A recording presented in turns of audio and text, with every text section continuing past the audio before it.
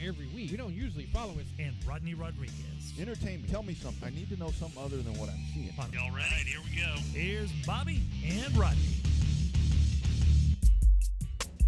Now it is my honor to start this race. Gentlemen, start your engines.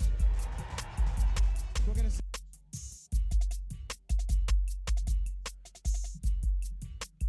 I know it isn't Saturday, but, we do that little Rate the Command on the Saturday show, but that's cool right there, little George W. It's always when you have somebody powerful like that, and we do that because this is a powerful show. Welcome to the Revved Up Sports Show, another fantastic edition that we have set for you coming up here in just a little bit, 7 o'clock. We're going to talk to Big Mike McCarthy because it is championship weekend coming up at Waco. And then about 7:30 or so, we'll talk to J.J. Day, the winner this past weekend over at Mobile in the Outlaws. So locked and loaded show. Bobby, how's your day been, my man? it'd be better if I can get my mic set up right here. Oh, yeah. Other than that, it's a Monday, dude. It has been Monday all damn day. It definitely has been that. When the morning starts off all shitty, you know that probably the rest of the day is going to follow suit, and that's pretty much what's happened to me. But that's okay. We just the good thing is this was like the highlight, as like at the light at the end of the tunnel. When we get through all the bullshit, when it's all said and done, we get to talk some #real race talk. So that's good. Always. And it's fun when you have guests follow up with you. Like you said, you had Jess Ballard follow up with you about how much fun she had on the show last week. Yep. By the way, if you have not had a chance to listen to last week's show, you can check out all the archives, both on this show and the Saturday show. Yeah. RevvedUpSportsShow.com. Catch the Saturday stuff at HornFM.com. As we always say, or as we always do on this show, have a cool one with us because that's what this Monday show is all about. Like to throw some beers back and talk a little bit of racing. That's really what it's all about. So I know that in the last couple of weeks we've been throwing up topics to talk about, and here's the hot topics and all that stuff. And that's just kind of one of those things that you do when you're doing something like this, just to spark some energy. Nobody responded. I don't know. Nobody responded. Well, either that, or they respond on the post. Yeah. And it's like, no, we want you to post. So here's kind of what we're trying to do, y'all. When we throw up something like that, we want to discuss it now. We want to discuss it now, not then. When it's like we put the questions up there and people like answer then. No, that's not what we're doing. Probably need to do it a little bit later. We need to talk to the social department because they get a little whatever. They don't know what they're doing is really what it is. We need some better interns. We got to talk about that social media department because we seriously suck at it. No offense to the people that do it now, but so here's what we're doing this week. So this is a great, we don't want to sit on here and talk about other people's shows and all that, but we like them. There's lots of good ones, and Dave Moody's a good dude. I really like what he does. He's a good guy. I mean, he knows his shit, which is 3/4 of the battle. I think that's what makes him be able to. He's opinionated, but because he knows his stuff, it makes it less hard to tolerate somebody that's a little opinionated. Now, if you have somebody that's really opinionated, doesn't know a damn thing, or don't act like they know a damn thing, that's when it becomes a problem. Yeah, and this is what we want to talk about, Chad. Yes, when I go to those things, man, it's always I fly there because it's usually I can't do anything till Saturday, and then I've got to get my ass back home to do stuff that unfortunately I don't want to do. So yeah, definitely miss the after party. Although I did get sidetracked in a lot of different pits, and it's so funny because it seems like no matter how often I say I don't want to get up at whatever time on Sunday morning at Mobile with a headache, I get up at Mobile with a headache. So it really doesn't matter. But so here's a great question. Here's what we want to talk about tonight. And this is Dave Moody's tweet today. Is a very constant source of amazement to me just how so many people truly seem to hate this sport and everything about it, but come back week after week after week in search of something else to complain about. If you're that unhappy, find something else to do. And I mean, that's something that we've always talked about this, Bobby. It's like I don't know why so many people and this is NASCAR related, of course, obviously with him saying that. But I mean, we see it right here locally. Well, it's the same thing. And what really is bad is when you see like a former racer do it. Right. You're like, come on, man, you know better than that. Don't be putting that out there like that. And not that we call anybody out, but it's rough when they call somebody out and you're like, dude, seriously, you hadn't been relevant in a local short track in 20 years. Your opinion is invalid. Yeah, and the whole thing is, I mean, this sport has drastically changed I mean, it's so many people want to bash NASCAR. We're going to keep popping that up throughout the night. We want comments. Seriously, feel free to put a comment up there. I mean, I wouldn't necessarily say to call people out, but feel free to throw a comment up there. But when people talk about NASCAR changing, which it has, I mean, NASCAR has changed, IndyCar has changed. They've all changed. About the hell, drag racing's changed, NHRA. But short track racing has changed dramatically, and I'm really seeing this because, like I posted the other day, Ray Scott sends me all these VHS tapes, which thank you, Ray, to have the faith in me to pass those on. But I go back and I watch that compared to what we're doing now, dude. It's night and day. No, it's night totally and day, different. not even close. Well, they're also like 3 classes. Well, I mean, maybe. Well, there was. When would they had the Chargers that one year? What, 90, 95, 93, something like that, when they redid all the super stocks, and that's really one of the biggest changes right there. Is these tracks are I mean, I remember CTS, when CTS, the CTS part would try to eliminate a class, and then but there'd be an outpouring of folks. Well, but we want to whatever, and I remember specifically the Bandoleros. It was like, well, no, I mean, you guys aren't going to run the Bandoleros, and that's horrible for the kids. So they get added back on, and then a whopping 3 of them show up, and it's situations like that the tracks are put in, and it really is so much now, because like in dirt, you have all the different stock car classes, but dirt, we can say what we want to say, but shit, man, it doesn't matter the class. There's thousands of them. Well, except for this weekend, I think there was a lot of low car counts at a lot of different tracks. But I mean, generally speaking, the car count on dirt continues to be a little bit more higher up in the numbers than asphalt. But I think it also depends on. It seems like, and maybe I'm wrong, it seems like your mid-level stuff in dirt track doesn't seem to cost near as much as the mid-level stuff in asphalt. Right on. Yeah, and I don't know if it's just tires. I don't know if it's just different kind of stuff. But it's like, it doesn't cost. I mean, factory stocks are expensive. It's really hard to talk about a factory stock as an entry-level class when they're selling for $15,000 and $20,000. Yeah, it makes no sense. That's why I keep going back to the I stocks. I mean, to me, I think I've really shifted to where, I love the factory stocks, but I think if I were really going to be invested, literally, and jump into doing this, I think I would go with the iStock. I mean, that just seems like a better concept to me. With you can take them wherever you want to go. I mean, you can do all of that, all the traveling, and run for national stuff. I mean, Jason Batt really sets the mark high around here. Where, I mean, I think he's like 10th right now nationally again, and I mean, the guy just races and he goes everywhere, and he does a really good job of that. But it really is. That's where I see with the factories, Bobby, because you're exactly right. I mean, it really is what the street stocks turned into on the pavement. I mean, you shouldn't, entry level, you shouldn't pay $15,000 for a car. No, and you can't. And you can't compete with a. No. I mean, I think those that are claiming, oh, we don't have a $15,000 car, they got $10,000 in that car easily. Mm-hmm, mm-hmm. And when you got Joe Fashion sitting up in the grandstands thinking that they want to race, maybe the compact's not the thing for them, or tuner, whatever you want to call it. Maybe that's not the thing for them. They want to be in a full-bodied car. I mean, it's really hard to get in here and learn this sport when you're going to get in there and you're racing against that. I mean, and this isn't a slam. It's almost cheaper to get a street stock. It really is. I mean, this isn't a slam against the factory stocks. I would think that the entry level is the street stock. I mean, hell, at least at that point, it's a lot more flexibility with some of the stuff you can do there. You get kind of restricted to racetracks. I mean, because we see the ongoing argument with street stock versus like Waco with the outlaw street stocks and all that. But I mean, you do have that. But I mean, the cost factor is crazy, and that's what I really see when I go back to watching these old videos. I mean, I'm watching stuff from 1993, and you had all these big old Torinos and all these. I mean, you truly had a bomber class. They weren't called the bombers, but you really had that. Yeah, but those cars don't exist anymore. That's the problem. That's the point. But I watched one time on Facebook Live one time waiting in line at Whataburger. I found there was a class of nothing but Crown Vics running at Salem, the big high bank Salem, Indiana Speedway track. Yeah. The world's fastest half mile or dangerous half, whatever the hell it is. I got to tell you something I found out this week. What's that? So I found out because Bill Roth was with me over there at Mobile. Mobile is the third, and this is proven, is the third fastest half mile in the country. Really? Number 1 is Winchester. Number 2 is Bristol, and then Mobile.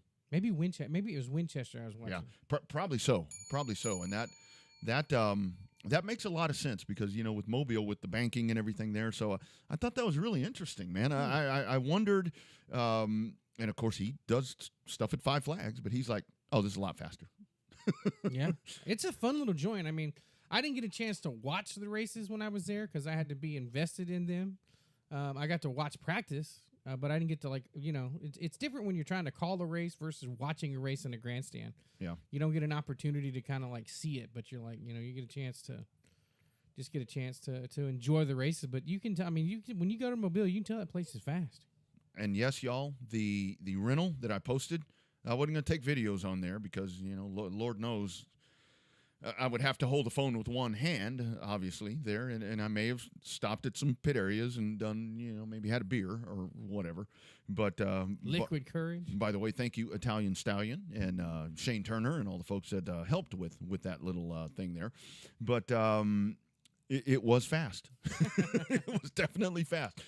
Great point right there on the chat, on the Facebook chat. Our man Gary Keys, and when we're talking about old school. You talk about Keys, you think about Yeomans, you think about all of that good stuff. It's a shame how many people don't consider race car drivers athletes, but because they've never done it. See how good the new context. I see that. I can read that little bitty thing. Hell, I got doing good to read the big. went to the eye doctor the other week, and they're like, hey, try these out so you don't have to wear those readers. Left a pair of readers in that little fast Mustang, by the way. Good thing I had a 6-pack of them readers, not the beer. But and that's a great point, because that's really for NASCAR. That's also for the weekly guys, and so many of us. Yeah, you see some of the guys, and they may be out there, got a little bit of the beer gut going on or whatever. A little bit. We guys. The young guys not so much. Some of them older, more established veteran drivers got a little extra. The dad bod working. Yeah, absolutely. But the dad bod is apparently the new rage, I've been told. Hell, I hope so. Well, I'm not a dad, but I got the shape. If it is, it's actually it's not an hourglass shape. It's more like a what do you call it, a little gourd or a squash shape. It's kind of an hourglass figure. Yeah, it's somewhat. For a man, it's like my daughters and my wife always ask me, with my cycling passion and so forth and so on. They're like, is it weird to you that you go there and it's all of these young 20-some-odd-year-old, maybe some early 30s, riders out there with you, females? Is that odd to you? I'm like, nope. Odd's really not the word that I would use. That is the last freaking word I would use. They're like, why do you ride so hard? Ooh, hard. That's probably. Why do you ride so? Why do you try so hard to be as fast as you can? Why are you so aggressive? Well, I ride hard because, anyway. But I'm like, no, it's not really that. It's falling off the rails. Not already. really that odd, but that is a great point. Really, with the drivers. Because it is, and I think guys. It's so funny because, we know these guys so well, and we know their habits, and we know whatever they do, and it's still, I see a lot of guys. I would always try to curve back the indulging on the liquid courage there a little bit, the night before a race, if at all possible. Something that my dad would like. He tried to burn that in your soul. He was like my driving coach. He's like, you don't need to be getting effed up the night before. So it's like, okay, but I can still drink, right? As a young one, but I'm still amazed. Because that really is a good point. You go run 20 laps or wherever it is at a dirt track, any short track. That is some physical endurance, right? You've done it lately. It's a lot. It's a lot. It kicked my ass. It's a lot. It puts a lot of strain on your body, and you work, and so much of it too, Bobby, is like.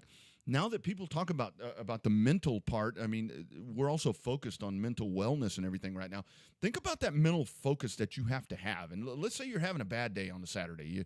You leave the house, you have a fight with the old lady. I only say old lady because that's what people call them.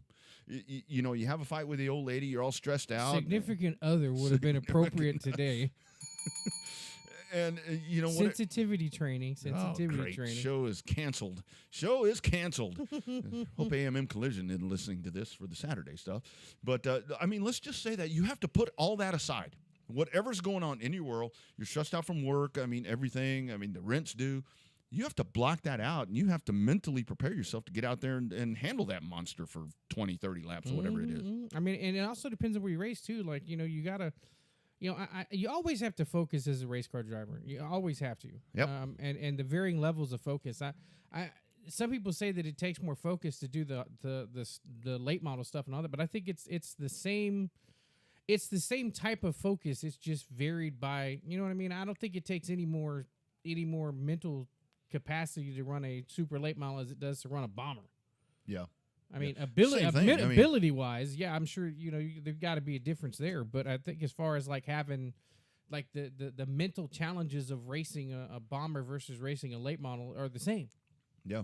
Yeah, you have to think about that because there's so many things that are going on. I mean, you're trying to feel what the car's doing, and God forbid the car's not right, which they're usually not. I mean, there's the physical, the mental, everything that goes into it, and that really is a great point, and that's something that we've talked about a lot on the Saturday show because it's more, mainstream, just talking about the national stuff to where folks don't consider a race car driver an athlete. But I mean, we've watched these things where the temperature inside these cars when the cup guys are racing. I mean, you see that. You see the heart rate. You see the pulse rate. You see all this telemetry that they do. Everything that happens to the body when these guys are in the car. And I'm like, bullshit. You think this isn't an athlete? I mean, Patrick Mahomes comes out there and does what he does, and then he goes to the sidelines. And you actually time the amount of time with these NFL guys, the amount of time that the game lasts versus what a NASCAR or an IndyCar driver is doing, it ain't even close. Not even close. But but because they don't run around and chase a ball, they think that the mainstream NASCAR drivers aren't athletes. Yeah. Well, what they need to Who's measure. the only one that's out of shape? The last guy that was out of shape was still kicking ass was what, Tony Stewart? Yeah. What they need to measure is the balls in that seat. I mean, because that's a big part of it. Yeah, look at these guys now. I mean, even with the mainstream stuff, I mean, still look at John Force. I mean, I know we had somebody on the Saturday show that was asking about John Force being one of the greatest of all time. I mean, look at this dude.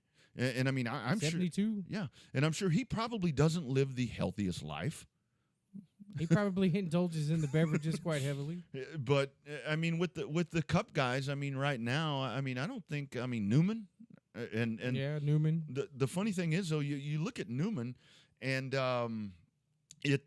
he in person he doesn't look. I guess they say TV adds 10 pounds to you is what I've always been told, but I don't know. I mean, it's just because they're being nice to you when you're on TV. Yeah, pretty much. Pretty much, yeah.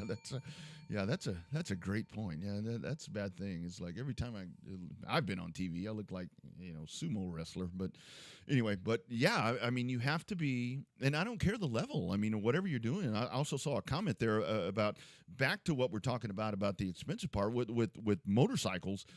I mean, I got a lot of friends inside on the Supercross, Supercross arena. Well, what do we call it? Motocross on the local stuff. And I mean, man, those bikes too. I mean, they have evolved into, I know my cousin Frank Tello, who was actually on here earlier. It was like this dude was tremendous when he and his dad Lawrence, they would race all around the Austin Night track, the tracks in Lockhart and all of that. And I mean, it was a pretty penny then, but now, man, that as well has just gotten so intricate with everything that goes into the bikes. Well, it's expensive. I mean, the bikes have never been cheap.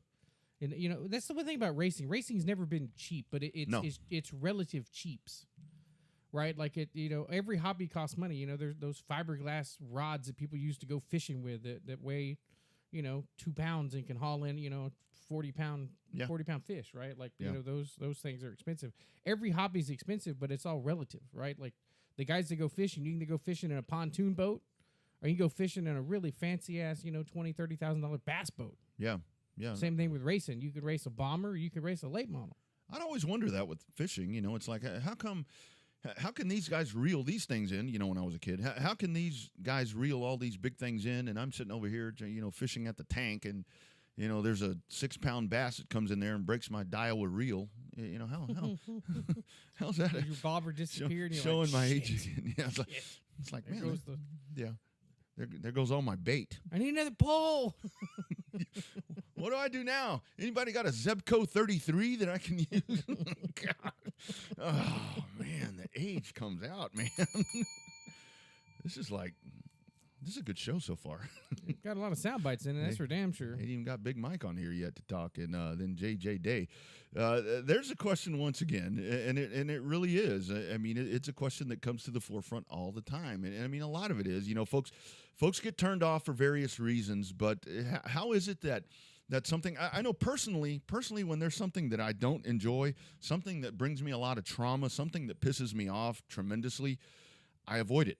Or just leave it be, yeah. Just leave it alone. Yeah, whether it be people or whatever the case is, or if there's something that I know, and it took me a long time to realize this. I mean, if there's something that I can't change, I avoid it.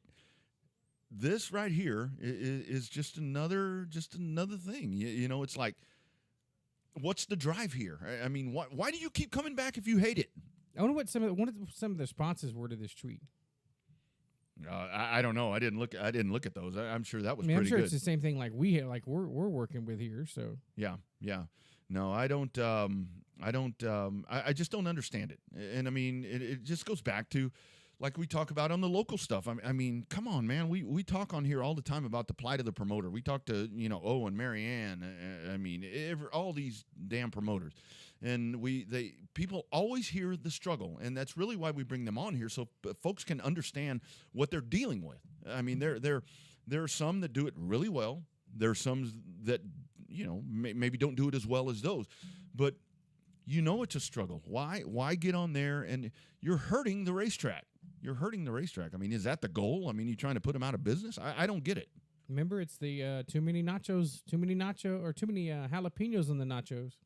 The cold hot dog. That's they're trying to hurt the track at that point. Yeah, well, I mean, I just don't. I don't. If you're a true fan of the sport, this is my opinion, merely my opinion. If you're a true fan of the sport, number one, you will never escape it. And I applaud all of the people because I've tried it and did it at one point.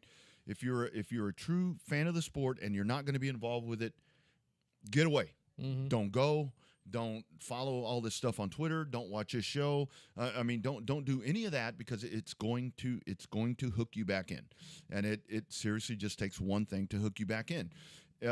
But to just sit on there, try to not be involved, and then bitch about it, that's bad, just on so many ways. Mm-hmm, so many ways. Yeah, I mean, I think that's just a rough way to do it when it comes in that way. I mean, it's just one of those things. It's like if you don't. That's when you see somebody retire from the races, we see guys that cut off. Like they don't, like you said, it becomes an addiction. They don't do anything. They don't come to the races. They don't go to any kind of race reunions. They don't talk about racing. They don't hardly do anything. They just basically just come and that's it. They just cut it off and don't come no more. Yeah, and it doesn't take much. I mean, because there was in the early 2000s, I was out of it for just a little bit. And it was nothing. I mean, yeah, I watch NASCAR. I mean, didn't cut that off, but I mean that's entertainment. That's TV. But didn't go to racetracks. Didn't do whatever. It took me one trip back. And that wasn't even. That was to damn Tavo's race. I mean, it wasn't even a local race. I mean, you go to that and boom, you're back. And I mean, look. I mean, it's been all downhill since. But I just don't. It wasn't completely downhill. There's a few knocks on the wall there and there. Yeah. I just don't get the mindset of wanting to beat the sport up. I mean, I seriously think it's like any other sport. If you loved it at some point, you never get to the point where you hate it so much that you want to sit there and just piss and moan and bitch and complain about every damn little thing. It's amazing, right? It's amazing when you see that from, especially the local level. A lot of the local stuff is kind of like when you see somebody like a lot of times people just want to hear themselves bitch. Well, to make them feel special. And we all know. I mean, people talk about it all the time. Here's the problem. This little thing right here. Ain't nobody gotten punched in the mouth when they behind the keyboard. Yeah, that little thing right there is the one that causes all the problem. That seems to be what it just drives people to want to complain, and that's a great lead in. Great lead in. Listen. Well, the nature of social media is to try and come up with the line of the day. Try and come up with the funny, quick-witted line of the day for the internet. And the problem with the internet is not enough people have been hit in the mouth after saying the things they say. So, you read things on the internet, and they would never say that to your face. And that's the point. Eddie Gossage, he hit the nail on the head. Man, that's a Russ exclusive right there. It really is. It really is. Now it's even more of a soundbite since he's gone off and rode off on the horse into retirement. Yeah, that man, good job by you right there, man. Yeah, that's a Eddie G exclusive right there. We might have to send that to him, put it in his portfolio with the Dave Moody tweet up. But yeah, I just don't get it. Good topic. We'll get back around to that here in just a minute. But your thoughts? Casey Kane back to full-time racing in the World of Outlaws as he will take over in the Roth Motorsports car that had a little bit of a stumble. I'm surprised. I mean, there's nothing wrong with. I mean, unless that tells you who was responsible for messing with the chassis. Mm-hmm. Mm-hmm. I mean, it sounds like it was the driver that was messing with the chassis. So now that they're trying to, I would just wonder if that's going to be more of an alliance. It's got to be more of an alliance since Casey Kane Racing has the two cars they have now. Yeah, it has to be, and that's good for Roth because obviously it's a stain on them, regardless of who was the culprit with that.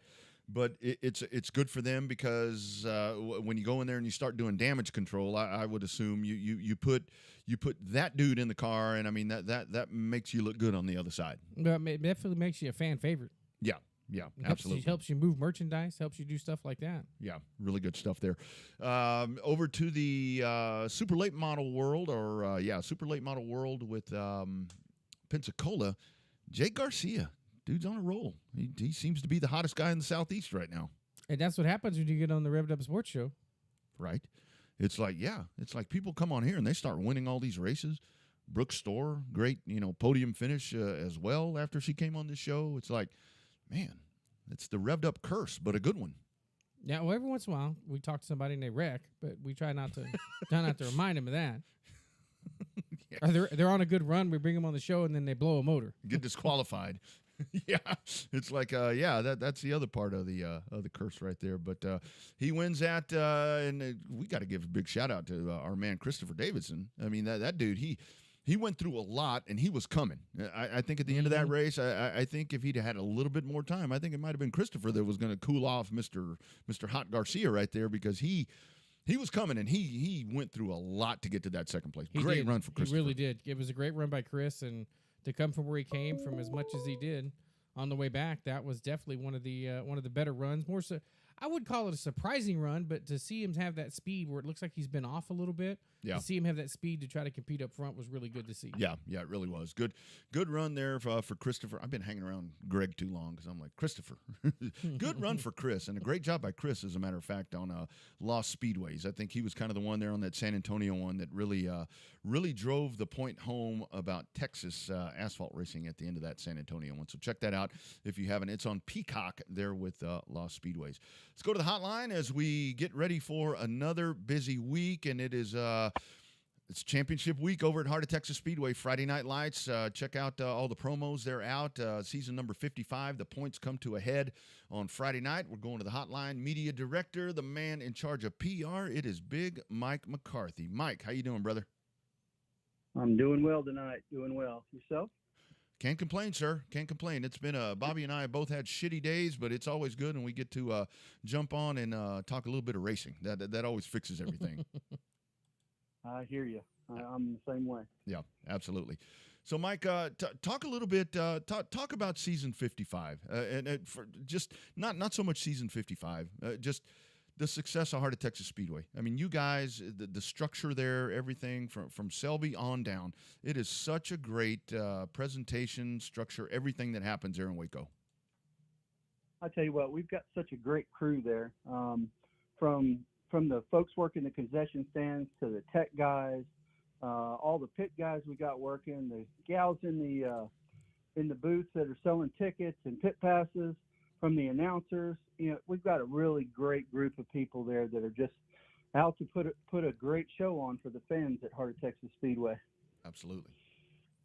So, Mike, it seems like you got the job of the PR director and all that at Hot, but it seems like the hardest part is getting some people out to the races for the first time, because that action at Hot, that sells itself once they get in the grandstands. Absolutely. This is my first year of doing marketing, public relations kind of work, and I've fiddled with Facebook more than I can even want to talk about. And we started running commercials a few weeks ago, and we're going to have a big commercial set, and we're actually going to have KWTX TV out at the racetrack on our Fall Classic at the end of October. So we're trying some new things. We're trying some old things, and I think we're getting some new people to come out to the races here. The attendance has been up this year from the numbers that I've been looking at, and the owner's real happy about the stuff that's going on there this year. Yeah, absolutely. It's a great show. So Mike, let's talk about kind of the history, kind of the same topic right there. Your fans are so loyal. I mean, I get there early, and the gates open at 6. We don't race till 8 or 8:30, whatever it is. Man, you got people ready to go through the turnstiles before 6 o'clock. That's got to be pretty amazing to watch at. Hey, they all want their good share that they've got there in right behind the flag stand, so they can see all that great action we're putting together for them. Yeah, absolutely. So what's the mentality been like at Waco? Do you notice, when I say mentality, more like the guys that it seems like Waco has such loyalty. A lot of the guys tend to not travel when until it comes to some of the big shows in the year. I mean, is that just the support of Waco, or is that just how competitive the weekly nature of the racing is over there? Well, I've raced there quite a bit over the years, and it's one track that I could not figure out. But the guys who got it figured out, their cars are set up for that place, and they get around there really well. I would say that, if you can get your car set up there and then go to other places, you're usually pretty good. If you're pretty good in other places and try to come to Heart of Texas, you might fight it a little bit. Yeah, that's a great point, and we do see that. We see that quite often. So, Mike, how is it for you? I mean, I know you like to compete. I mean, I know you got cars. I mean, it does it kind of when you take a step back just a little bit. We were just talking about that. How hard is it for you to kind of step away a little bit? I mean, it has to bite at you and be like, man, I'm ready to jump back in this car and let's go. I've got to be honest. I want to get back in my car, but I've made a commitment to be at the racetrack Friday nights and help with the track and get more people into dirt track racing again, or new people into dirt track racing. Change things, make it better each week. And rather than just be a part of the talk or the internet talk, I'm actually trying to do something about it. So, yeah, great point. Love that. Sorry, I got sidetracked by Brittany Force on the TV. So, Mike, the one thing would tell you, from working in experience, if you could get one of their TV reporters or get one of the morning hosts or whoever's coming out to the racetrack from the news crew, try to put one of them in the race car, that sells itself right there. There may be a good idea. I know we're going to have the weather van out there. Nice. For the Fall Classic on Saturday night. They're supposed to do a live report from the track, and those details are being worked out right now. So, me watching CBS, those folks over in Waco, they've already been giving us feedback about our commercials that Race on Texas is helping put together. Oh, just curious. What have they said? They love the voice. Did they say anything? Did they say anything about the guy that does them? that it's good. It's good to see that there's TV media coming back for dirt track racing. A lot of people don't know that the track's there. Well, if you get it on TV, you get it on Facebook, you get it on Instagram, you get it on Snapchat, you're getting it on all these different media sources, someone new is bound to see it and come out to the racetrack for the first time. Yeah, that's really the case. I mean, that really is the case, and I will at some point get you a Spanish one. I can do it. I just have to. I got to learn a couple of new words, but we will do that. To be honest with you, we got our first Spanish commercial. I got to look at the demo of it today. Nice. And it'll be on Telemundo in Waco this week. I love that, man. I love Nice. that. And that really is so funny story, Mike. So when I was racing over at Longhorn back in the 90s or whatever it was, I worked for a countertop shop, and I had some guys that worked for us that came out, and they were obviously, for people could tell that they were for me, they're cheering for me. I mean, because when I would come out or whatever, and they brought a lot of folks out, and the promoter actually came to me after the races, and he's like, "Man, I think you totally increased beer sales tonight with your fans here." Yeah, all you got to do is talk about it and have a good time with it. Yep. That's exactly right. And I do want to say, I think it's great that Heart of Texas still has a true beer stand. That's huge. That's massive. Yeah, absolutely. Yeah. We got a beer stand, souvenir stand, and great concessions out there. Mm. And like I said, great people working. Don't forget about those announcers that show up. They're a lot of fun too.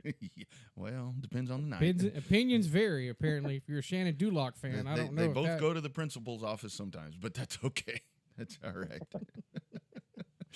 I know you're talking about loving the eye stocks, man. It sounds like you've been around Joe Spillman a little too long, Rodney. Something like that. But so talk about the atmosphere, Big Mike. I mean, when people come to the races, we've talked about it all the time on this show. Is like the competition aspect is one thing, part of it, but then you have the camaraderie after the races where people come down and these kids get to meet their superheroes.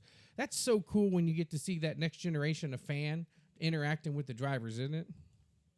Absolutely. One of the things that we did recently, I'd say in the last couple of weeks, is we got us a school bus, and we're loading the kids up on the school bus and just driving them around the pits. And a driver will come up into the school bus and talk to the kids.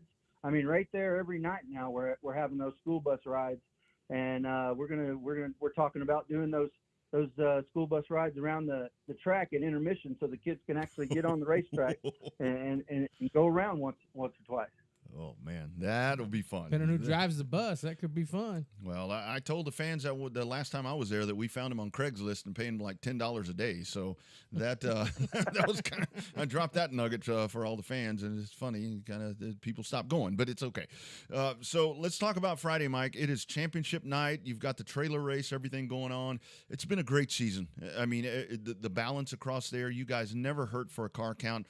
These point races are pretty tight. Yeah, we got some pretty tight races. I'm to be honest with you, what class is tightest? The stock cars, the outlaw street stocks, and the factory stocks they're all really tight. Mm-hmm. We're gonna have that 1,000 to win trailer race. If anyone's interested, just bring a trailer and fire up an old car that's sitting in the field. As long as it'll pull a trailer and you can get it to stay on your car, you'll win $1,000 at the end of the race. That's right. That's right. Well, and then you got an ever popular demo derby, right? That's the rolling version of a demo derby, the trailer race. Pretty much. So it's pretty much what that is. So, Mike, you're only out of the race if you get your trailer knocked off the back of your vehicle. That's right. So That's right. As long as your trailer's back there, you're still in the race. Nice. and people will do crazy things. They will try to weld it all together. They will do all kind of stuff to those things when you do the trailer races. So. Oh yeah, it is a hoot to watch. That's right. So, Mike, talk about the relationship between Waco and the Speedway. Obviously, 55 years, it's got to be a fixture in the community somewhat. But you've got the new commercials coming out on TV. TV's reciprocating the advertising buy-in by coming out to the racetrack. It seems like Waco has a really good relationship with Heart of Texas. Oh, absolutely. And even the city of Elmont, who's the smaller local city, the 4th of July fireworks show, the city council from Elmont comes out and they thank the racetrack for having the fireworks show at the racetrack because it's one of the biggest in the area. Wow. We just do so much for the community, and the community supports us. So it's a really good deal for us. Yeah. Yeah. So Mike, with Friday night, your thoughts on the season 55, and I mean just the fact that you're saying season 55. I think you had a little bit of a weather problem there for a little bit, and thank goodness that all passed away. But man, I think all in all, man, it's just been swinging for the fences, and just another fantastic season that the regular season culminates on Friday night. Been a great year. We got this one points race left, and then we have our big fall classic at the end of October, 3-day race that is going to be spectacular. It's going to be a spectacular show. Yeah, I agree. So, Mike, cap it off for somebody that's never been to Heart of Texas. What are they going to see? I mean, it's hard to predict what they're going to see with all the different race and action, but the first time somebody goes to that racetrack for the first time they've seen these commercials and they pop in, what are they going to see? Well, besides being hooked and something like pinching their behind, wanting them to go back, because it is an exciting show. Yeah. You're going to see cars crossing over. You're going to see tight competition, and then you're going to just see a great family atmosphere. Lots of kids around playing, people helping each other in the pits. I mean, it's such a great place for a great family atmosphere. Yeah, it really is, and I think, Mike, it's so special there with Waco as I've kind of joined into the family right there. I mean, it's so cool. I mean, if you have a Hall of Fame, which Waco does, I mean that tells you right there. And I mean, we did the Bill White race and just everything. I think it's so cool how the racetrack is constantly moving forward, but at the same time, keeping that past in front of people so they learn. I mean, the new people learn about the history of Heart of Texas Speedway. Yes, sir. Yes, sir. We've got plans to build an addition onto that walk because we filled it up this year. Mm-hmm. That many folks have been added to that wall of fame. So we're gonna put some improvements on it. Bring a wall out from that area over there next year. Mm-hmm. We've got plans to put a big sign out by the highway, all electronic sign, programmable. That's going to be done before the Fall Classic. Nice. We're doing upgrades every month. We're doing something new out there. Yeah. Are you going to get rid of the big sign up front? I've often had people tell me, they ask me what kind of surface that Waco is, and then I say, hey, it's a dirt track, and they go, why do they have a pavement race car sitting on the front of their sign out front? So I don't know, but I love it when the racetracks get the great big billboards because the billboard is the sign that gets people to know. Like the brighter the light is and the shinier it is, the more people will see it in today's society and all of that. So that's cool with the billboard. Just if you don't have anybody that wants the old sign, we got a spot in the studio we can create for it. Put it right here behind us. All righty. I'll talk to the owner and see what he's going to do with it.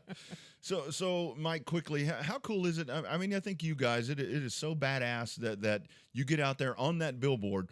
You simply put 2 words on that thing, and it just packs the stands. You put Sprint Cars on that billboard, and man, you guys run so many sprint car races, and they're always so good. You got different touring classes that come in, man. Just doing everything right at that place. It's really a shame when the rainouts that we had this year. Yeah, I know, we man. actually lost 3 of those sprint car races. Yep. And we didn't get the Sprint Series of Texas in. We did have the 2 of the other series in that put on a spectacular show. The wingless sprint cars and the Bandits came in early in the year. Yeah. I look for a lot of sprint car racing next year. I heard some changes are coming, possibly. I mean, we'll see what the calendar looks like. I know we've started working on it for next year. Mm-hmm. So we're looking for year number 56 to be even bigger. Oh man, can't wait. Cannot wait. So cap it off for everybody. Let's talk about Friday night. Give everybody the details, starting times, where to go, get additional information if they haven't seen advertisements and all that stuff yet for the season finale of season 55. Well, we've got the IMCA modified stock cars and sport mods. We got the factory stocks and the outlaw street stocks, and then we have a trailer race going on. We're paying extra money in the outlaw street stocks, and the modifieds are paying $700 to win. And the racing is going to be tight. We got draw redraw for all the classes, so none of the big guys are going to just be starting on the front row. They may have to work at it if they don't get a good draw. And just looking forward to that trailer race at the end. Yeah, all season long waiting for that one. That's going to be a good one. Big Mike, appreciate you, man. Thanks for everything you do out there. You've done a fantastic job here in 2021, and continued best wishes, man. Keep kicking ass out there. Hey, guys, thanks for having me on tonight. Absolutely. Really appreciate it. Absolutely. Take care, my friend. Y'all have a great show. You Bye. bet. Thanks, man. There he is, Big Mike McCarthy, and he's he is. Oh, sorry, You got so excited. This thing right here. He is so excited you can't control yourself. He is just as cool as he sounds right there. I mean, cool under pressure. I mean, that dude right there. He's he should be called the gentle giant. I mean, because he really is. I mean, he's that genuine, just like everything he does right there. I mean, like with the voiceover stuff, he was like, any chance you could do a voiceover, and I'm like, oh yeah, you know how I get. But anyway, just a good dude, and I mean, I no disrespect to any racetrack, they set the mark, man. They set the mark. I don't care if it's asphalt or pavement. Do it like they do. Well, I mean, they're doing something right. 55 years, and It's unbelievable. it's funny though, and I don't want to take away what Hot is doing with the TV stations, and that comes back. I mean, you got to spend money to make a little money with it. Yes, sir. But it's always made me laugh at how much the TV stations give a shit more about a racetrack when they start buying advertising. Isn't that funny? It's funny how Isn't that that funny? works. They get all invested, when it comes to that. And I mean, that's what we deal with here in Austin. It's so hard to get them involved, and it. But when they do, I mean, you hook a couple of them. I mean, when we would have Ann Wyatt out at CTS, she would like check in. How's the season going? I mean, are y'all making money? Or are you going to race next year? Whatever the case was. So it's super important, and I think this is something we'll go back to this that we were talking about, and coming up here at 7:30, we'll talk to JJ Day, and this is kind of the thing we're talking about tonight is this tweet from Dave Moody, and we can go back to Waco, because Waco really kind of comes into this, is where At Heart of Texas, you do have folks that get a little. There's drivers that may not be their favorite. They may get a little bent out of shape about stuff, but they're not bashing the track, and that's probably one of the reasons. I mean, obviously, like we talk about. I mean, Jerry Friedrich owns a place. That definitely helps. They're not paying a lease and doing all this other stuff, which is tough, but those fans are so rabid about the place, and that's really the consensus here of Dave Moody's tweet is. Those people love the place and acknowledge that, things happen. There's a bump in the road, but they're not beating it up. Well, they were that one post, but well, yeah, when the guys got into it or something, somebody ran into another pit, that happens. Yeah. I mean, look at that right there. I mean, driving from Abilene to Heart of Texas Speedway. I mean, that tells you right there. And there's folks. I mean, I talk to folks out there. They come a long damn way on a Friday. It's like people leaving work early. Yeah, but Shane drives. Abilene's a long way from everywhere. It really is. Yeah, that there's that part of it. But I mean, we just get back to right there where it's. I mean, people are going to get unhappy. I mean, if you're that unhappy about what's going on with the series, with the track, or whatever, do everybody a favor. And number one, stay off of the Facebook, because that seems to be where it's at. Well, Twitter too. Stay off of all that, or social media, or shut up. Yeah, one of the two. I mean, do one of the two. Well, I mean, right? at least stay off of social media. As we've always said, if you have an issue with the racetrack, contact the promoter directly. You'll get a hell of a lot more. Right. You'll get a hell of a lot further along with your complaint than you will if you do it on social media. That's the thing that I always say. I mean, look like Rod B over here. if you're really that upset, if you're really that upset, have the balls to call them. Because that's the big one. If you're that mad, pick up the phone.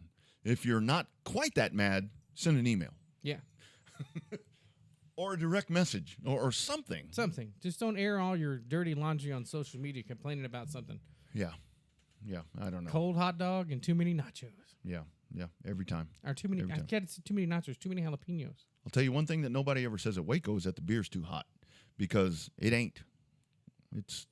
And I do like that. And I mean, to me, Waco kind of has that feel. To me, Waco has the feel of two places: Speedorama, and Pensacola, because it has the feel of Speedorama with just that stuff, with the beer stand and everything. And I know beer licenses and all of that, and we're not attacking, or I'm not attacking, the folks that say bring your own cooler. I mean, because hell, we're doing that in Mobile, but it. When you have that, I mean, it really does add, and not to mention, that's a revenue generator. Mm-hmm. That's why they charge for the ice chest.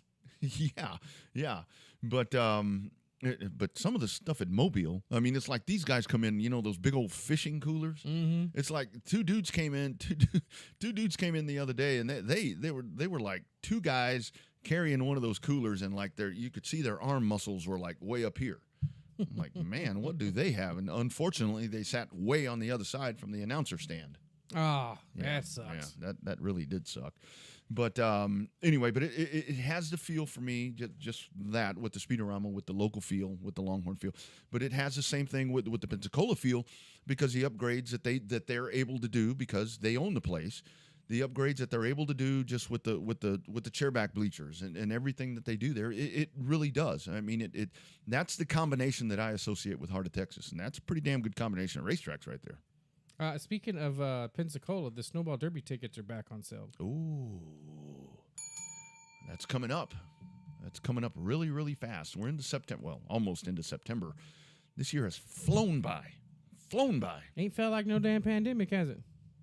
Well, we're certainly not acting like it. So, and that's, guys, and that's another one. I mean, we can all think whatever we want to think, but I mean, let's just kind of calm down a little bit. You know, somebody wants to mask up, let them. Somebody doesn't, let them. I mean, it's okay to disagree, right? I mean, I think it used to be. I mean, it used to be. I don't know if you can't disagree. There's no middle ground anymore. You either have to be completely for something or completely against something. There's no middle ground like there used to be. And it's really okay. I mean, and this kind of reverts back to this. I mean, if your hot dog is cold, I mean, you don't have to say how crappy the whole organization and everything is. Just say, was really disappointed the other day at ABC Speedway that the hot dog that I'd waited for all week that cost $2 wasn't quite the temperature that I wanted. I mean, yeah, but if you get a cold hot dog at Sonic, does somebody sit there and what do they do when that happens? They sit there and they call the Sonic store. They call the regional manager and say, "Hey, my hot dog was cold."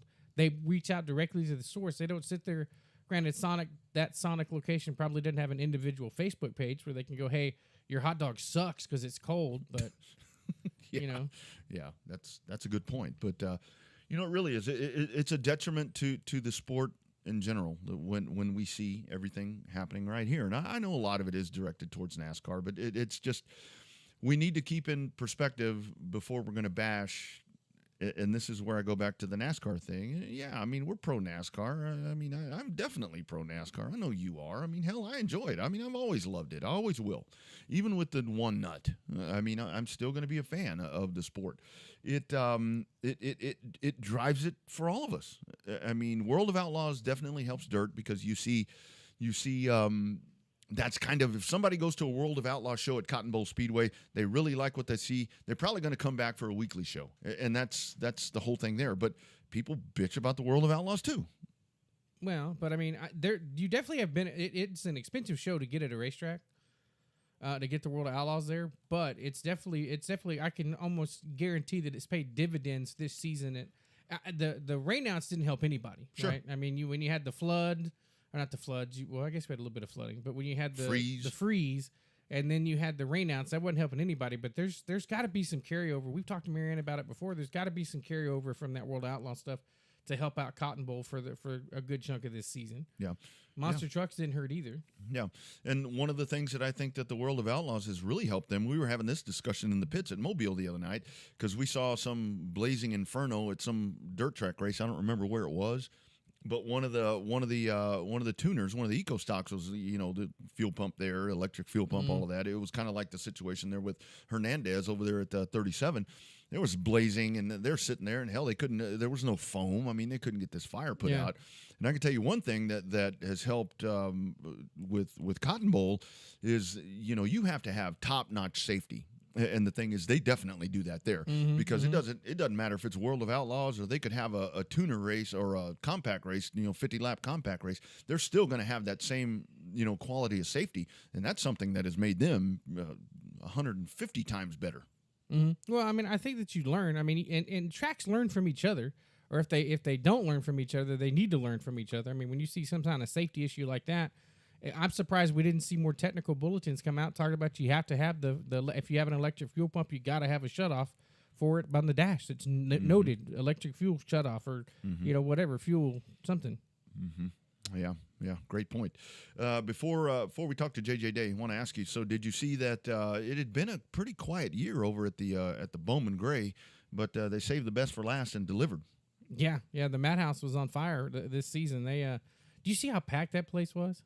It's crazy. Unreal how many damn people were there for that championship night at Bowman Gray. It's so. I mean, we talk about all of the Waco and all this other stuff, and Cotton Bowl has a great contingent there, and 37 they have their regular people there. But I mean, to see that, to sit there and watch that, and you have to sit back and relax as a track promoter and watch that and say, man, that right there. But what? How do they have that? it's because of conflict, Mm. and that's kind of the whole that's You kind don't of go back to- to the whole consensus of this. You don't go to Bowman Gray to watch him sing Kumbaya. Ask Jacqueline how many people she was there on Saturday. Ask her how many people she saw holding hands in the grandstand.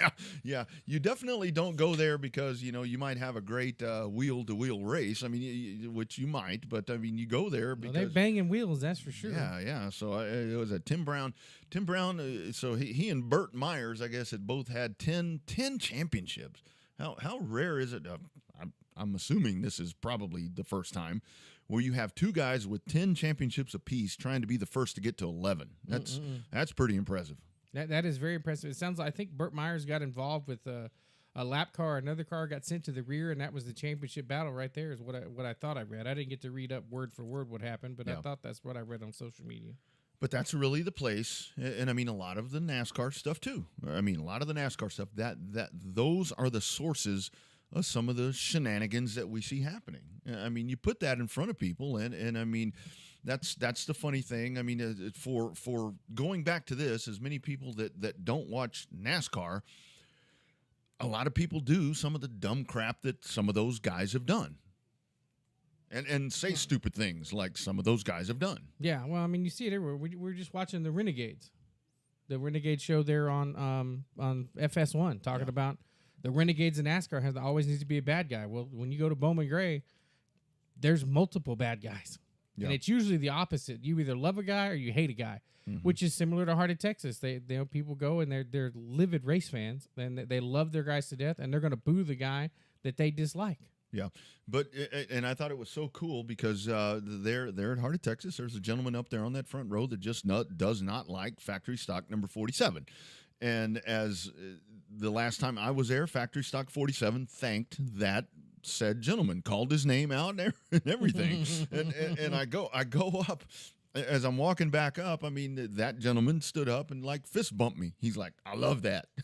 So it's hard. I mean, it's hard. There's so much emotion that goes into all of this. But again, don't beat the tracks up. There's really no need for that. What'd you think of the Cup race yesterday?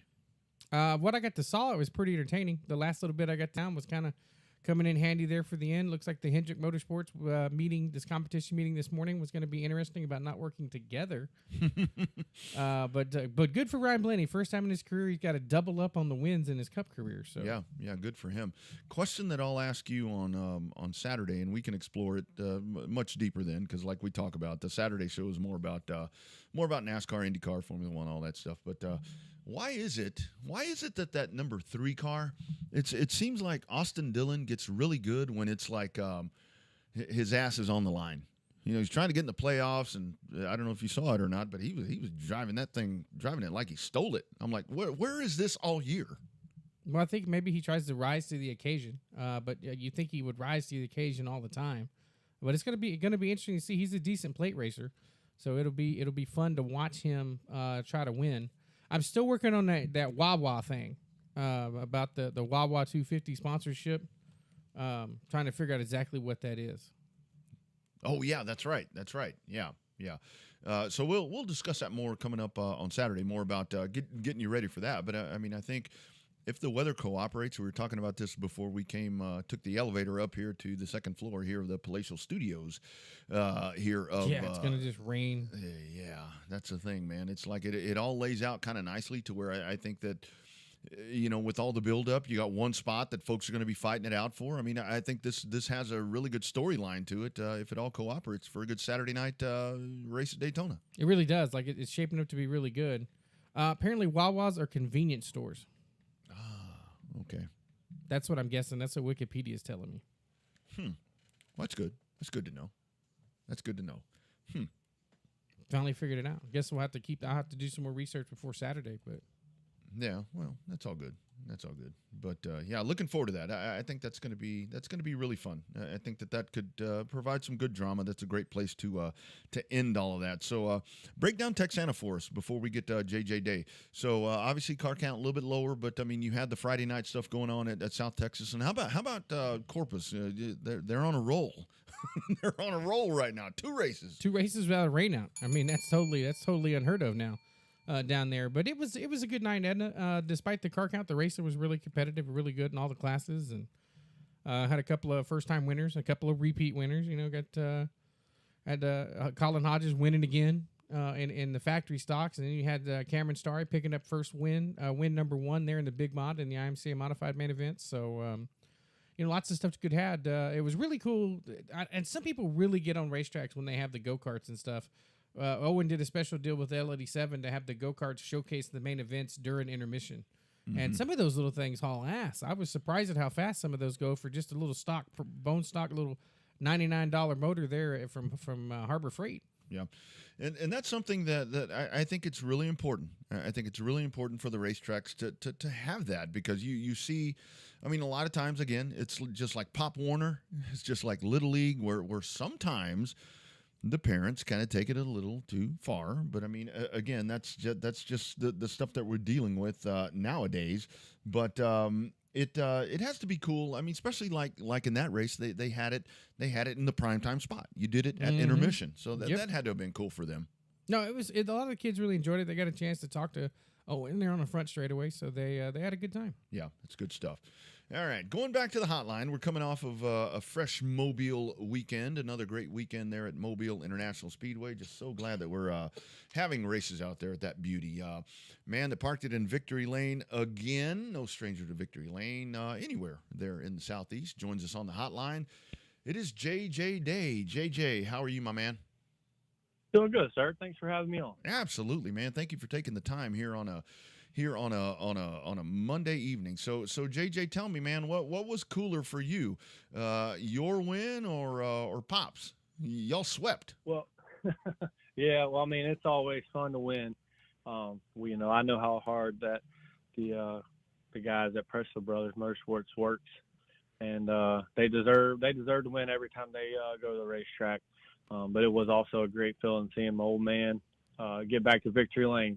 Yeah. A lot of people forgot, but my dad used to be the man at Mobile Speedway, and in the Bombers and then the Sportsman division. So it's good to see him back, really where he belongs. It's the first time we've gave him a set of tires this year. Oh wow. So yeah, I mean, he's been all the races that he's been in so far this year. He's never had a new set of tires. So we finally put a set on there for him, and he goes out and does a great job. It was pretty awesome to see. Love it. So JJ, you stole my thunder a little bit, because that's how we kind of start off the shows with people that come in that may not be familiar with that our fans may not be familiar with. So talk about how you got in. Obviously, got in with your dad being in the race cars, but how did you progress before you got into these outlaws here? Oh man, I came all the way up from the bottom, man. We Dad put me in a little 4-cylinder Stinger car in 2004, and at Sunny South Raceway, a little track down the road, and I moved up from there to a bomber car, and then we had some success in the bomber class, and when Rick Crawford had the track at Mobile Speedway, we won enough that he thought it was time to move me up, and he made me move up. So we bought a truck. We ran trucks for a few years and won a couple of championships and won a good bit of races, a couple of Lee Fields Memorial wins, and then I got the phone call from the Presley Brothers. They wanted me to drive their Pro Lake model for them. So we did that. We got us a win and had a lot of fun with that.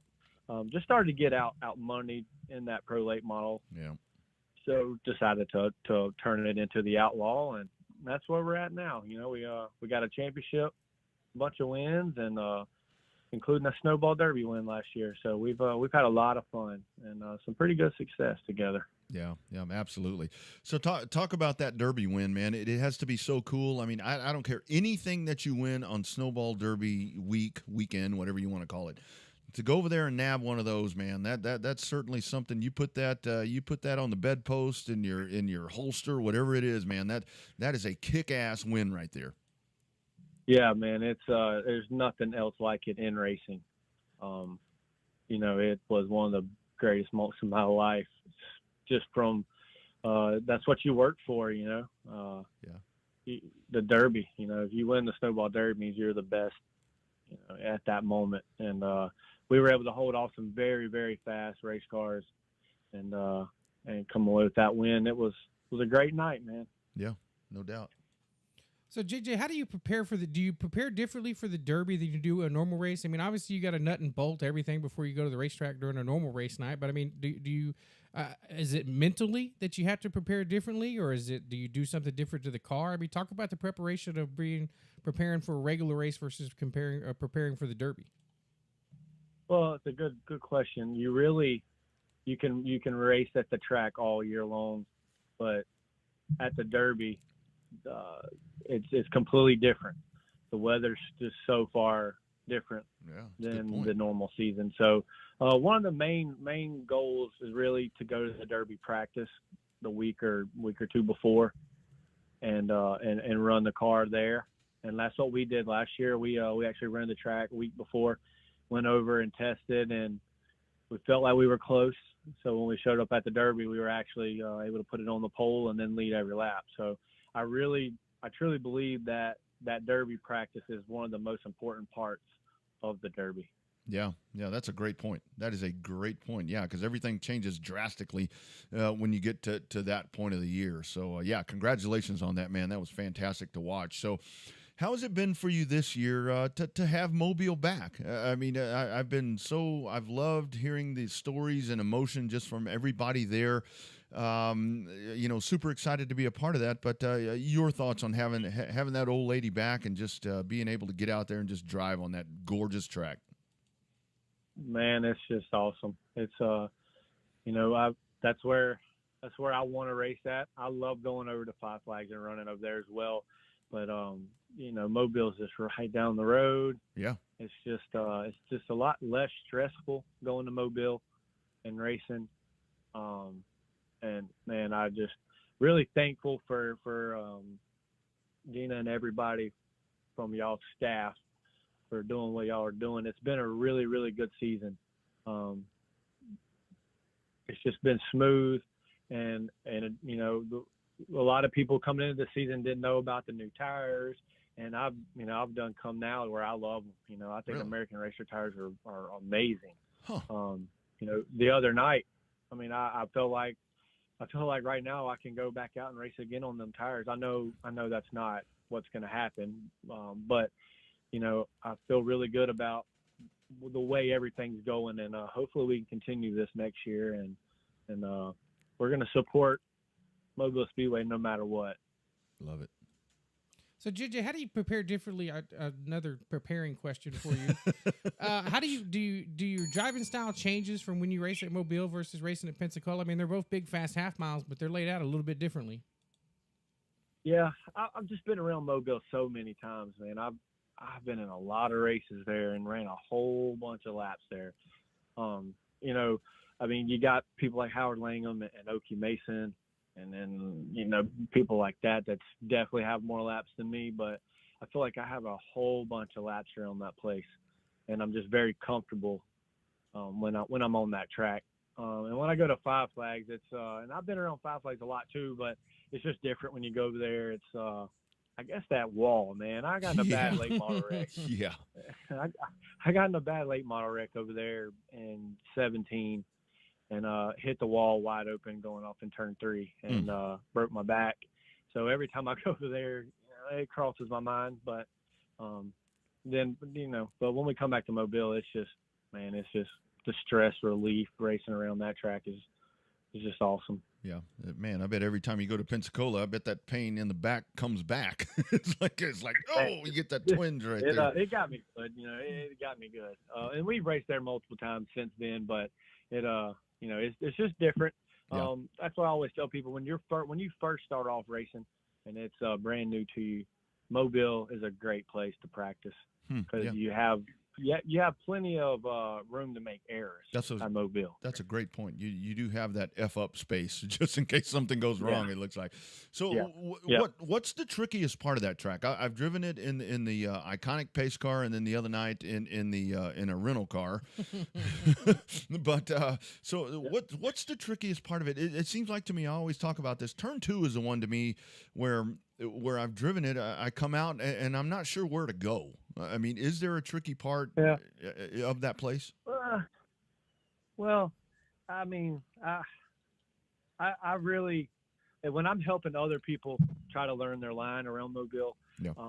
I give them advice in 1 and 2. And then when you get down to 3 and 4, I always say, look, I don't even have that figured out yet. You know, it just depends in 3 and 4. You know, there's a wall when you come off of 4. So you don't want to, I really just tell, when I'm trying to help somebody in 3 and 4, I just tell them, look, you just figure out 3 and 4 yourself. Yeah. Get it on the bottom and do your thing, you know. But I do like 3 and 4 because if you got a tight race car, you can put it on the concrete down there and it helps it turn. Yeah. And then in 1 and 2, it's so forgiving down there because you have that runoff on the back stretch. Mm-hmm. Yeah, that's huge. That's huge. So JJ, being a local guy in the Mobile area, what's been the fan reception down there? Was it? I imagine there was a little bit of reprehension right when it first opened. You're like, oh no, who are these people and what are they trying to do? But it seems like there's been a good foundation that so far everybody seems to be on board for every little announcement that gets made down there. Yeah, you're always going to have those few that, you know, we should do it this way, that way, but then they don't even show up to the racetrack. You know, those people on the internet. But then the real racers, they're going to go and support the racetrack no matter what. Going back to the tires, a lot of people complained about it at the beginning of the year, but most of the real racers never complained once. They showed up, you buy the tires that are there, and you race on them. So, like I said, I love the tires now. You know, everything that we're doing, I really enjoy. You know, I don't really know what we could do to be any better. You know, I really hope that last race has something to do with the Lee Fields Memorial race. You know, Yeah. I hope we do something like that. I think that would be awesome, and that would get a lot of people to come out. Yeah. Yeah. And you know, and support. So Yeah. we'll see. Yeah, that's a given. Count on that. I can promise you that. And it's funny thing. Yeah. The funny thing there, JJ, about the tires. I mean, I've talked to a couple of guys, and you know, that don't like the tires. And I was talking to a driver once that said the American Racer was no good. That they didn't like it, but I mean, their car was pushing like a dump truck, and I mean, it really doesn't. I was about to say that. Right? Let's just use. Call Kurt Britt and let's ask him what he thinks about the American racers. He's running well with them. Yeah. I bet you he likes it. Yeah, absolutely. You know what I mean? So the people that are not running good are probably going to say it's because of the tires. But if you work on your stuff, the tires are really good. Mm-hmm. Mm-hmm. Yeah, you know, it's funny. One of the modified guys here in Houston, I'm not in Houston, but was talking about how the same thing that you just said. He's like, man, I really feel like I could go in here the way these tires have cycled. I could run tomorrow and I'd probably win again. And that's kind of the beauty of that. And the funny thing is, JJ, your thoughts on this? I mean, a lot of the guys that say, you know, it's a different tire, blah, blah, blah, blah, blah. But, I mean, most of these guys go to the track and they're going to buy a set of tires, maybe 2, 3, 4 a week anyway. So I don't really think that's a very valid point to bitch about the different tire. Right. We've been lucky enough that we haven't even had to buy tires to practice on. Nice. We're able to run a race on the set of tires and then show up the next race and we practice on that set that we raced on, and then we buy our new set for qualifying and for the race. Love it. And you know, you don't find that very often, you know. Mm-hmm. Yeah, great point. So JJ, talk about the competition in that outlaw class. I mean, you got some heavy hitters that race there, that race all over the Southeast and come to Mobile and put on a good show. I mean, it's got to feel good when you finish on top of some of those other guys that race down there all the time too. Yeah, it is, and we worked very hard, you know, on that car. Kevin Raywinkle is the crew chief on it, and it stays at his house, at his race shop, and he's all the time, you know, looking to try to find something, you know, to make it faster. And every time we go to the racetrack, it's just better. And you know, when we go to Mobile, I feel like it's my job to, you know, win the race because I know they're going to put me in a car that will win. Mm-hmm. And so, you know, that's always a plus. When we go to somewhere like Five Flags, like we've only been there once this year, so we know when we went over there at the beginning of the season, we practiced on old tires, went out with the new tires, and we were terrible. You know, because the setup was completely different than what we were used to. So we realized that when we go other places, you know, we're going to have to change and work on stuff. But I feel like I really do have the best crew chief in the business to do that. And just blessed to be able to drive for such an awesome team. Yeah. Yeah, that's awesome. That's awesome. So let me ask you about the Outlaws. I mean, I love the concept. I mean, like you said, you take an older race car and you repurpose it. I mean, you do something different, and you don't have to pay all these astronomical prices for bodies and all this other shit. I mean, because the bodies, Yep. it's outrageous. I mean, the popularity there. I mean, we haven't got it to catch on here in Texas, but we can't race very often, so that's the problem. But Right. I really think that class right there is just something where it's a great tool, a great place to get really good drivers back out on the track and repurpose these cars. Yeah, I mean, that's what ours is. Ours is an old late model. The chassis that I'm running right now was given to the Pressel brothers years ago. Wow. I think in 2015, I believe it was given to them. It was just an old late model chassis. And I've wrecked it since then, and we've had to reclip the front end. But other than that, it's now don't get me wrong, it's got the best of the best parts front to back. Sure. But it is an old late model chassis, like you said. Now there's other people in our division that are in brand spanking new chassis, brand new race cars. They tear some up, they send it back, and the chassis shops fix it and send it back. There are people that are doing exactly what we didn't want in the division, but it's still a growing class, and hopefully we can continue to keep it like it is with these older chassis running well.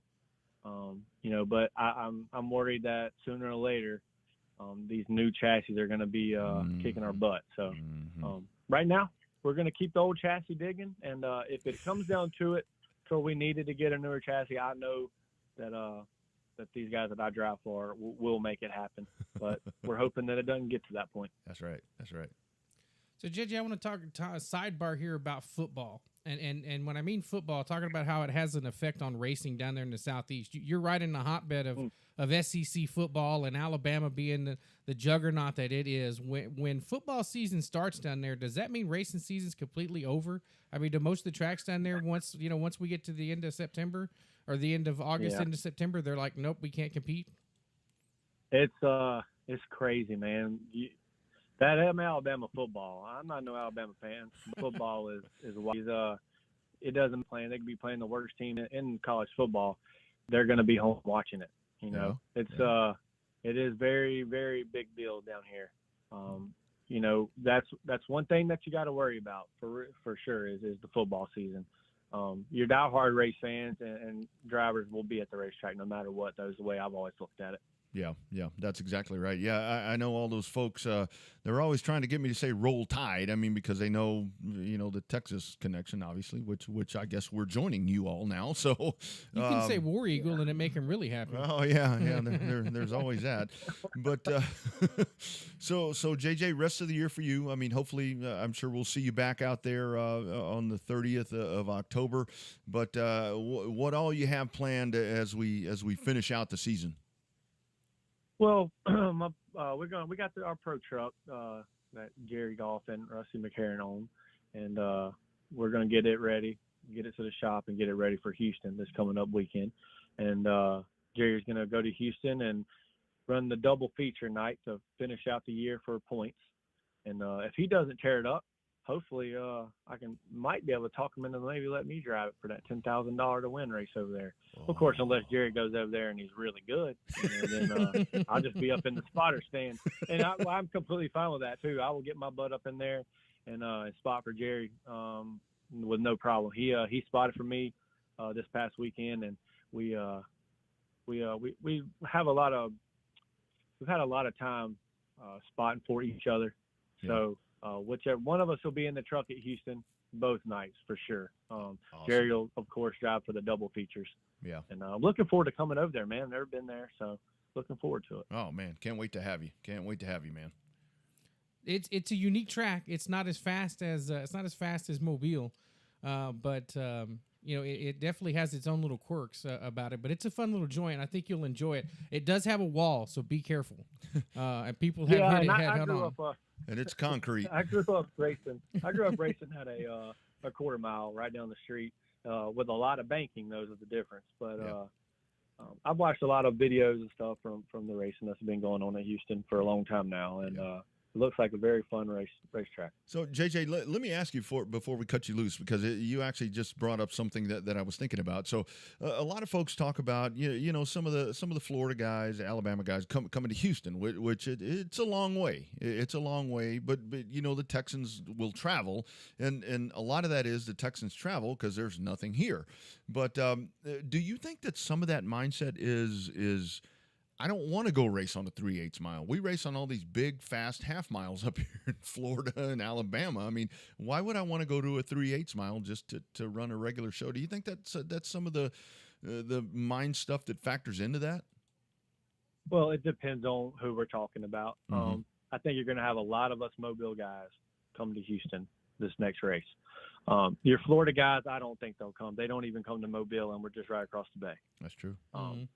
But if you look at Friday night at Pensacola, there are a ton of Mobile cars over there. I can't say anything about the Outlaw because I've only been over there once this year. Mm-hmm. We've been over there with the truck. We've been over there with the Pure Stop. But you don't see hardly any of the Five Flags cars coming to Mobile to race. That's true. I mean, really, you really don't. And it's been like that for a long time now. But we do go support Five Flags as much as we can. Yeah. And most of the sportsmen, most of the pure stocks are from Mobile. So, yeah. But then when you look at the trucks and the Outlaws and the modifieds, I know the trucks and the Outlaws, I'm pretty sure most of us from Mobile are going to be there at in Houston. Nice. Which show, the Labor Day show or the big September 11th show the week later? Well, the double feature night is the points deal for the trucks. That's right. It's the Gulf Coast Series points championship. Mm-hmm. So I feel like I know the Langhams are going to come for sure. I'm sure Kurt Britt will have his trucks there, and then we're going to have our tube truck there. I feel like there's going to be a good bit of us come over there for that one for sure. We can't travel with the Outlaw right now. It's one of the reasons why we haven't been going to Pensacola. But my car owners are, they're dealing with a lot right now. Yeah. And racing is not the number one thing. Sure. So they got really important things going on in their life. So we definitely won't have the Outlaw there, but we're going to be there with the truck for sure. Yeah. Can't wait. Stay at the Holiday Inn. It'll be worth it. Yeah, there's that's always. What I've heard. That's exactly what I've heard. Yeah. Might yeah. be great for the drive home. Yeah. Your drive home might not be near as fun if you stay at the Holiday Inn, but you'll definitely have a good time for sure. I think we already got a couple of rooms booked. Good deal. Yeah, we may not have any racetracks around here, but man, when we do have a race, it's a fun time. So it's a good deal, man. Can't wait to have you, JJ. Man, thanks again, man. Thanks for taking some time out of your Monday. Congratulations to you and Dad, man. That was so cool. That was so cool to see y'all double up. I mean, I just love that. We finished 1-2 before in the old Bomber days. Nice. And that that was cool. And then to both get a win on the same night, that was very awesome. Yeah, that's super good. That is super good. Appreciate the time, man. And seriously, most importantly, thank you for being so positive about everything. I mean, I know it's a startup. I mean, trying to figure stuff out, and I know we can't have all the stands open and everything, but you guys continue to show up, and it's just a great racing family down there, and you guys are so positive moving forward, and good things are to come, and it's because of good people like you guys. So thanks for being a part of it, man. Yeah, thank you guys for everything that y'all do, man. We're looking forward to the future at MIS. All right, man. Take care. Have a good night, man. We'll talk to you soon. Yes, sir. You too. Thank you. Bet. There he is. I like that. See, that is exactly what we needed after talking. Oh, damn, you did it again. I've got to move this thing up. After talking about this all night, it's good to have that interview with JJ Day. Well, he's in a good positive spot. That's right. I mean, he's got some heavy hitters down there. You got who else? You got Bubba Winslow down there. You got Welch down there who's been on the show before. Yeah, so you got a lot of guys. John Heil. I mean, there's a lot of guys right there. But it's funny though, something that he was talking about there, because I do see a lot of folks talking about the Texas guys travel, and that really is the thing that I always go back to when the Texas guys traveling question comes up. It's like, well, if you want to run asphalt, you're going to have to travel. You have to, yeah. Yeah, you're going to have to travel. But it seriously is. I mean, the Mobile guys do go to Pensacola. I mean, they do. but the Pensacola guys don't go there, and that's 60 miles. I mean, from track to track, but it's a weird scenario, man. It's crazy.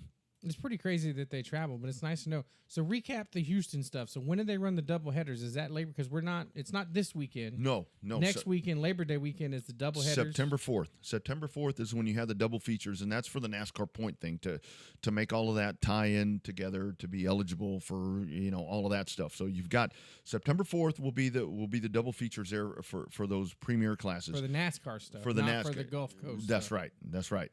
So for the Gulf Coast, because it's a tour race. It is a tour race. It's on a the tour 4th. race. Okay. So there's bonuses and all of that'll happen. And then on September the 11th is when you will have the second annual Texas Truck Challenge. $10,000 to win. And from everything that I've heard, we've got. There's heavy hitters coming to that, and they should, because the one knock on it last year was, and again, you got to realize.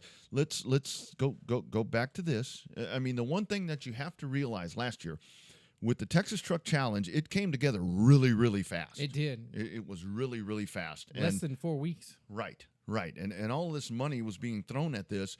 So obviously it was very top heavy. Yes, $10,000 to win. I know it's $1,500 for second, whatever it was. It was a sucky drop off, but it just had to happen that way because it happened so fast. And then we had all of back to the tweet thing. But I think this year they really went back in and they listened to the feedback, or we listened to the feedback. $10,000 to win, $5,000 for second, $2,500 for third. I think the fall off there is so much better, and folks are going to bring it. They're going to show up, and I see this, and I talked to Mason about this the other night. I really think that it's if you get 30 some odd early low 30s, you run them all. Oh, on that tight track, that make for a he gonna want my help up there in the tower. It's gonna be it'll be a fluid situation as to what all happens right there. We'll see what all happens right there. Jason Welch checking in, he's coming. Love it. Oh my God, I love it. And that's damn it. I may have to cut short the vacation and go. And I gotta tell you, that's the nice part about this is just with everything that's happened with Mobile, those folks are so. They're paying it back, and it well, really. It is a holiday weekend, so they get the extra day of travel. Sure, yeah. Go to Galveston, maybe take it some extra time. Go to see a clear Texas beach water, or you can go to Galveston. Yeah. They don't have white sand in Galveston, just like they do there. There's some white sand beaches in Alabama. You got to go a little further than Florida, Destin, and Panama City Beach for the really white sand and the crystal clear water. Yeah. But come to our beaches and you can see plenty of oil and jellyfish and beer cans and everything. The next time the spouse and kids complain about the beaches in Florida, just bring them to Texas, and then they won't complain about the beaches in Florida no more. Yeah. That's right. That's right. Yeah, bring the family and come to one of our beaches and come to our beach, but don't do this to our beaches. So yeah, I think it's going to be a great weekend. Just and I'm excited for that for Houston. That you're going to have back to back shows right there. And it sounds like I seriously I got to tell you I'm pretty impressed with what JJ was saying in there with Jason Welch, because I was seriously thinking that the September 4th was kind of going to be a dud. Because you had the 11th race. Yeah. I'm thinking, you got some guys that may double up. Hey, absolutely. May come back. Absolutely. And testing and tuning for the big one. You got that right. There's Shane Turner checking in. I was wondering where this guy was. But now those guys had one hell of a week. I got some stories about some of the stuff they did. Shane, when he's the ringleader, the puppet master there, never lacks for fun. Those guys... I can't even talk about the stuff they were doing on these airwaves. Well, the statute of limitations is going to run out at some point. So those guys lived it up. Shane always lives it up when he gets the opportunity. He absolutely did, man. And he had a cast of characters there with him and there's another one right there. That was one of them right there. That it was. There it is, right there. 2 words: candy store. I'll give you a hint. I can only imagine. I'll give you a hint. I got in trouble once. Oh, no. Ay. Yeah. So anyway, yeah, those guys lived it up. Was ready for Double A to get back out there on the track, but he had some. I think he had a steering box issue or something. Didn't get it. Didn't get the Sportsman out there. But a great run for all of those guys as well. As yeah, there you go. Gaither gets out there, has another good run out there, just continuing his great performance out there. I got to tell you, one of the things that was really cool is that Max Kaya's Max raced. Really? How's his elbow? I'll tell you what. He so he comes up to me before the race, and I went to shake his hand, and I wasn't sure how hard to shake his hand or whatever. Wasn't sure which arm it was, and he said, "I'm running tonight." He said, "So the race for me tonight is therapy." I said, therapy. Yeah, He said it's a short race, the 25-lap race. I can get out here and I can drive. It's not going to wear me out too bad. And he said, I'm going to get out there and I'm going to take it easy. And I said, how long are you going to take it easy? He said, oh, most of the race. I said, bullshit. I said, you're going to take it easy. I actually said it in Spanish. I said, bullshit. You're going to take it easy until the green flag drops. And he kind of snickered or whatever. Green flag drop. Boom. Second row. He's leading. He's leading. He didn't win the race, but it was good. I talked to him afterwards. He had a Mick Ultra in his hand with the bad elbow, so I think he's on the right. He's on the path to health. He is on the right track. He is on the right track. Great weekend there at Mobile. Great weekend for you at Texana. Getting home at 12:45 is never a bad thing. No, it was really nice. That was a surprise. We got done pretty quickly and came on with it and looking forward to that big show there on the 5th. Yeah. Shane says they're the Misfits crew. I think actually the term that I heard you people call was the Goobers. I think it's what Goobers. Goobers. Wow. I think that's what I heard, and not by me. Not by me at all is what I heard that crew was. But good weekend for Cotton Bowl. Looked like, again, we've got to, before we cut out of here, got to give Cotton Bowl a lot of credit because I tell you what, they continue. Their car count has just been astronomical. I'm so impressed with Marianne and H and just the whole team there because they continue to, they pack the pits and that's, that's what it's all about right there. It is. That's half the battle. It's the camaraderie, right? We talked about it all. That's a special word we've been using all year. Is that you? Not only do we get this side of Dave Moody that we've talked about all night long with the negativity, there are people that go. There's a reason why the parking lot party at the Holiday Inn is one hell of a big party. Mm-hmm. Mm-hmm. Yeah, and I think one thing that I'm very impressed with what has happened at Cotton Bowl, we were talking to Big Mike McCarthy earlier, and you mentioned it, where you have guys that race only at Waco. They structure their Fridays around racing at that place, and that's the only place they race. You have a lot of folks that only race at Cotton Bowl. That is their place. Marion has a great following. She's done such a good job. She and H, everybody there. They've done such a good job of pulling that Thunder Hill crowd, and finally, it took a while. Yeah, but they transformed everybody into dirt track people, and that's great. We say that with the drivers, Tommy and Don Painter and all these guys that Painter will kind of race around, but that's Tommy's track. There's a lot of guys that just race there, but. Not only that, she's done a good job with the race fans that drive a hell of a long way to go out to Page to watch dirt track racing that were, at Kyle. Yeah, it is not the easiest. It's not a bad drive. It's just a long drive, kind of like Edna. It's not a bad drive. It's just kind of a longer drive. It's 2 hours to get there. I can get to Cotton Bowl in a little more than little over an hour. And so it's a unique show. They race again on the 25th, so that'll be fun. Owen and them race again that Sunday of Labor Day, so maybe try to knock it out and have fun. I just don't know. I don't know if I can get away because I made a deal to go camping that weekend. So maybe it'll rain on the camping. Maybe. Don't want to jinx the track. But, yeah. Hey, there's the Italian stallion, Alex Papini, checking in. That's the new internet sensation right there. I told him the next time that he comes out at Mobile, we're going to play the Rocky theme because he is the Italian stallion. The Italian stallion. Did a good job. Podium finish there for Alex. They've had some tough luck, but he was able to get on the podium. Really good run for him as well. And like we said, South Texas Speedway, back-to-back races. That's a really good thing. Got to congratulate Braden Becker. Just love that Becker family there. Good people. All my years with DCRST, they are just the best. They are just the best. And for Braden to get out there and win the heat race and the feature race to sweep, that is so cool. Where good things happen to good people, and that's a good kid. Yeah, I mean, that was always our dwarf car young man that was always there. I mean, he was always there, just kind of watching the old guys and his brother before him. So good for him.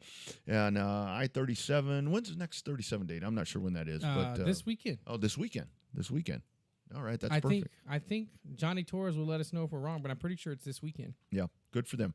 It's been a good summer. It's been a good summer. I know everybody had some weather issues there, and we thought everybody was going to be cursed, but it looks like we've gotten through it, and we're going to be good. We're going to be good. The Houston stuff is going to be fun as we get into September. It's going to be a magical month of September stuff coming up at H&P with the Gulf Coast Series, as long as everything holds out. But this has been a fun show. Yeah, it has been a fast show, but a fun show. Fun show, running long. Hell, so much to talk about. We're running longer. So remember, everybody, you can tune in if you want to hear some NASCAR talk and IndyCar and Formula One, the dreaded words, Formula One. We'll talk about that Saturday at hornfm.com or at on the radio if you're in Austin. Hornfm.com is always a good place, or the Horn app. We'll break all of that down for you, get some local stuff happening as well. What have we missed? I think we got it all covered. Don't forget, if you have not liked or subscribed to the Facebook page or the YouTube page, make sure you do that, as we try to do some special YouTube-only stuff coming up here towards the winter months once racing season's over.